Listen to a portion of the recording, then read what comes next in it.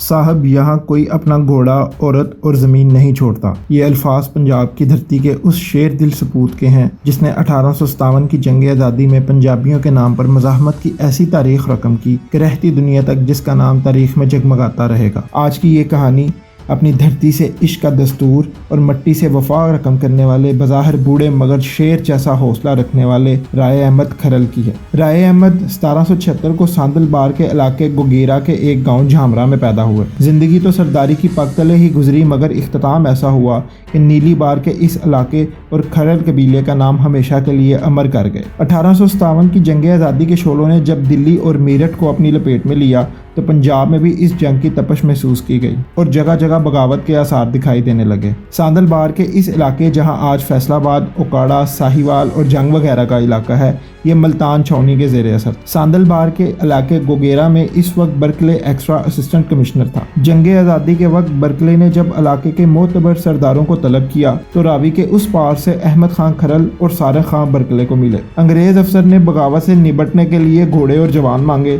تو احمد خان نے جواب دیا، صاحب یہاں کوئی اپنا گھوڑا، عورت اور زمین نہیں چھوڑتا۔ اس جواب کے بعد کھرل قبیلے کا یہ ثبوت واپس آ گیا۔ جہاں یہ جواب انگریز افسر کے دل میں خوف کی وجہ چھوڑ گیا، وہیں سے ایک جنگ کی ابتدا شروع ہو گئی۔ وکیل انجم اپنی کتاب سیاست کے فرعون میں رقم تراز ہیں کہ 10 جون 1857 کو ملتان چھاؤنی میں پلاٹون نمبر 69 کو بغاوت کے شعبے میں نہتہ کیا گیا۔ پلاٹون کمانڈر کو ماہ 10 سپاہیوں کے توپ کے آگے رکھ کر اڑا دیا گیا۔ جون کے آخر تک پلاٹون کو شبہ ہوا کہ انہیں چھوٹی چھوٹی ٹولیوں میں پہلے فارغ اور پھر تھوڑا تھوڑا کر کے تہہ تیگ کر دیا جائے گا، تو تمام سپاہیوں نے ایک ساتھ بغاوت کر دی۔ تقریباً 1200 سپاہیوں نے بغاوت کا علم بلند کیا۔ انگریزوں کے خلاف بغاوت کرنے والے مجاہدین کو شہر اور چھاؤنی کے درمیان میں واقع پل شوالا پر دربار بہاؤالدین زکریا کے سجادہ نشین مخدوم شاہ محمود قریشی نے انگریزی فوج کی قیادت میں اپنے مریدوں کے ہمراہ گھیرے میں لے لیا اور 300 کے لگ بھگ نہتے مجاہدین کو شہید کر دیا۔ یہ مخدوم شاہ محمود قریشی موجودہ شاہ محمود قریشی کے لکڑ دادا تھے اور ان کا نام انہی کے حوالے سے رکھا گیا ہے۔ کچھ باغی دریائے چناب کے کنارے سے شہر سے باہر نکل رہے تھے۔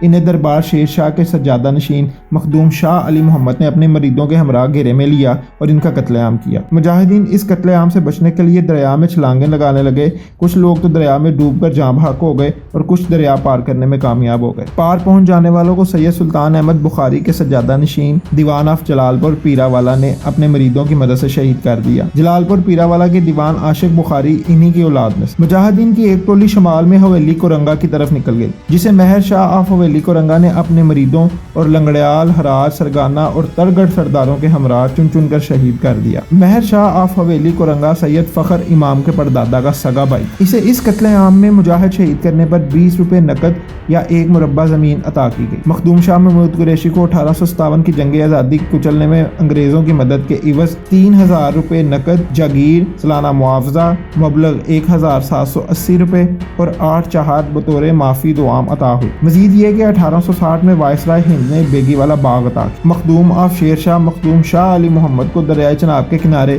مجاہدین کو شہید کرنے کے عوض وسیع جاگیر عطا کی۔ حویلی کورنگا کے مارکے میں بظاہر سارے مجاہدین مارے گئے مگر علاقے میں آزادی کی شمع روشن کر گئے۔ حویلی کورنگا کی لڑائی کے نتیجے میں جگہ جگہ بغاوت پھوٹ پڑی اور حویلی کورنگا کتال پور سے لے کر ساہیوال بلکہ اوکاڑا تک کے علاقے خصوصاً دریائے راوی کے کنارے بسنے والے مقامی جانگلیوں کی ایک بہت بڑی تعداد اس تحریک آزادی میں شامل ہو گئی۔ جانگلی علاقے میں اس بغاوت کا سرخیل رائے احمد کھرل تھا، جو گوگیرا کے نواحی قصبے جھامرا کا بڑا زمیندار اور کھرل قبیلے کا سردار تھا۔ احمد خان کھرل کے ہمراہ مراد فتیانہ، شجاع بدرو، موکھا وونیوال اور سارنگ کھرل جیسے مقامی سردار اور زمیندار تھے۔ جب درگاہوں کے سجادہ نشینوں کی طرف سے مجاہدین آزادی پر زمین تنگ کی گئی، ایسے وقت میں راوی بار میں رائے احمد نواز کھرل کا وجود ان کے لیے سایہ عاطفت ثابت ہوا۔ رائے احمد خان نے نہ صرف انگریز افسر برکلے کو گھوڑے اور جوان دینے سے انکار کیا بلکہ مارکہ کورنگا سے بچ جانے والے مجاہدین کو پناہ بھی دی۔ ادھر جولائی کے پہلے ہفتے میں دریائے ستلج کے کنارے آباد وٹو قبیلے اور بعض روایتوں میں جویا قبیلے نے